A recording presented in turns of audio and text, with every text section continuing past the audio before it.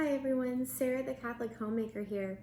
Today I want to discuss with you how you can make Thanksgiving healthy this year, especially without your family noticing. Because I know some people are very picky, but it's important to also make everything taste great. And I promise you they won't be able to tell the difference with most of these changes. First of all, if you are new to my channel, please hit that subscribe button so you can help me continue to grow this community, and hit the thumbs up button if you like this video, and hit the notification bell for all notifications so you know when I post, which is every Monday at 12 noon Eastern Standard Time. The first tip I have is to buy wholesome, organic, just pure raw ingredients, and don't buy packaged foods at all. Don't buy anything with any processing or preservatives in them, and just buy the highest quality ingredients you can. Buy foods that are organic, buy pasture raised meats, dairy, and eggs so that you can have the highest quality foods, and try to support your local farmers if you can as well. And let me give you some examples. For example, I was just at Walmart and I actually saw that they're selling organic, fresh, raw cranberries. So even Walmart, it probably depends on where you live, has organic cranberries, and you can make a cranberry sauce from scratch. Definitely don't buy the canned stuff. It's so much better making your own. And there's even some fermented cranberry sauce recipes. So it just kind of depends on what you want, but there's tons of healthy from scratch recipes out there, whatever you're looking for. Next, I would say to make your own pumpkin puree. And I did this recently. Within the past month or so, I saw a bunch of pumpkins and I bought a really big one, baked it, scooped out the seeds to roast and enjoy my own, and then I blended up the pumpkin puree and froze it in 2-cup portions into freezer bags. So I already have pumpkin puree ready to go. Maybe you can go ahead and do that too, since Thanksgiving is right around the corner, and then you won't have to do everything the day of. I would also recommend buying a pasture-raised turkey or a ham. It may not be too late to get on a list from your local farmer to buy one. The second choice I would recommend is buying an organic one, which is not the highest quality, but it is pretty high. It's definitely a huge step up from a conventional turkey or a ham. So check out your local health food stores for those. The next tip I have is to use healthy fats in your cooking. And you can replace any fats or oils in the recipe that are not so traditional. So traditional healthy fats include tallow, lard from pasture-raised animals, butter from pasture-raised cows, coconut oil, sustainable palm oil, avocado oil, and if you're looking to make a raw dish or a salad with an oil, you could either use avocado oil or you could use a real extra virgin olive oil.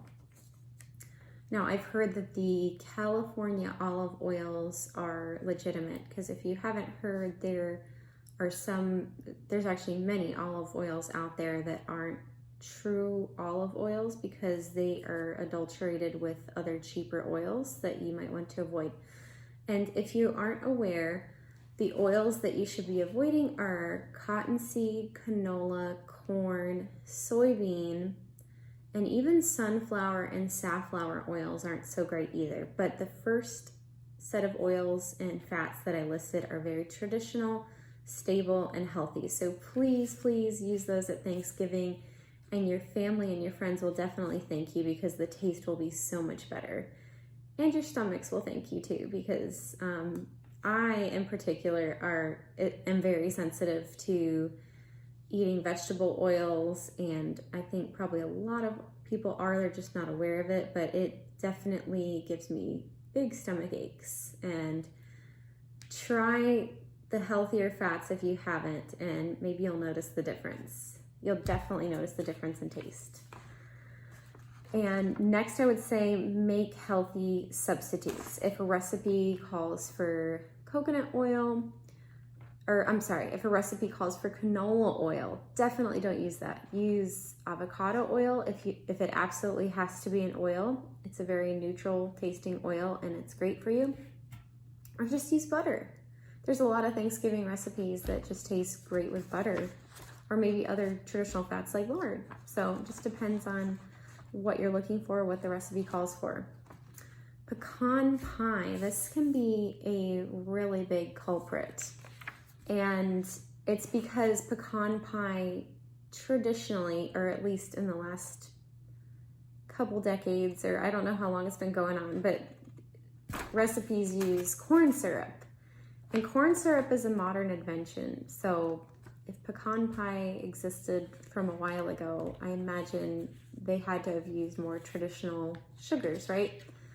And I have made pecan pie with other sugars, including maple syrup, molasses, and not exactly brown sugar. It would be like rapadura or a whole unprocessed sugar, or a combination of those three. And there are recipes out there and they taste great. So I recommend just looking for recipes for pecan pie that use natural sugars, or maybe look up a paleo pecan pie, because paleo recipes wouldn't call for corn syrup, or maybe pecan pie without corn syrup recipes, and maybe just look at the ratings of the recipe or see what people are saying to see, or maybe make it before Thanksgiving and see what you think. And the recipes, I've tried at least a couple of pecan recipes that have tasted amazing.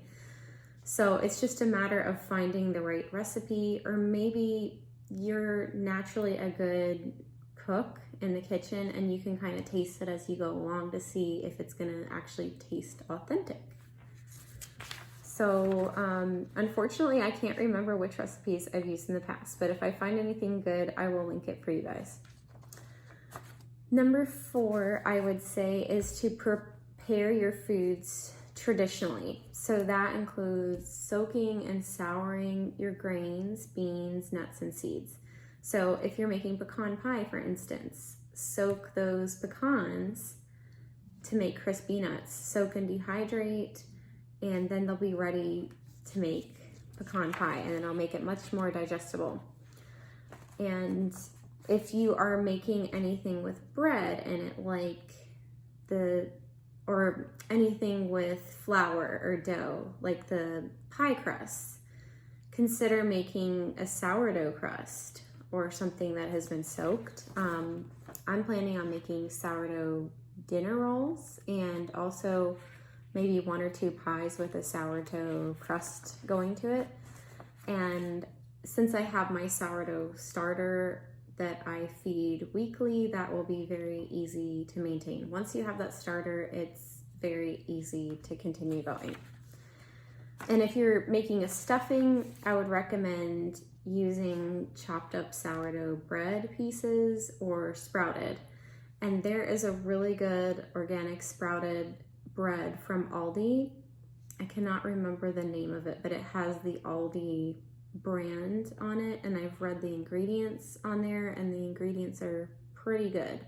Whereas there's been other organic sprouted breads I've found in the store, like from Harris Teeter, or probably Walmart too. Like I've seen like Dave's Killer Bread, and I wasn't happy with it because it had canola oil in it. So the Aldi one, it's not perfect, but it's better than other ones I found, because I think it does have sunflower, so I'm not like, necessarily gonna buy sunflower oil myself. But if that's the only bread I can find that's healthy for me, then I will make a small exception. But now that I'm making my own bread, I don't have to do that. But if you were where I was for several years, you wanted to find a pre-made bread. So that's why I'm recommending that to you. And those are most of my tips. The last thing I wanted to add is to make sure that you give thanks. Give thanks to God for everything that you have, and give thanks for each other, and just reflect overall on everything that you are thankful for, especially in the past year. This is a tradition in my family that I really love, because even if you're having a bad day or if you were fighting with somebody, you kind of forget about that in the moment, because you're like, okay, what am I thankful for? What am I grateful for? So that's all I have to share with you guys. I hope you found my tips to be helpful, and I hope you have a happy, healthy, and blessed Thanksgiving.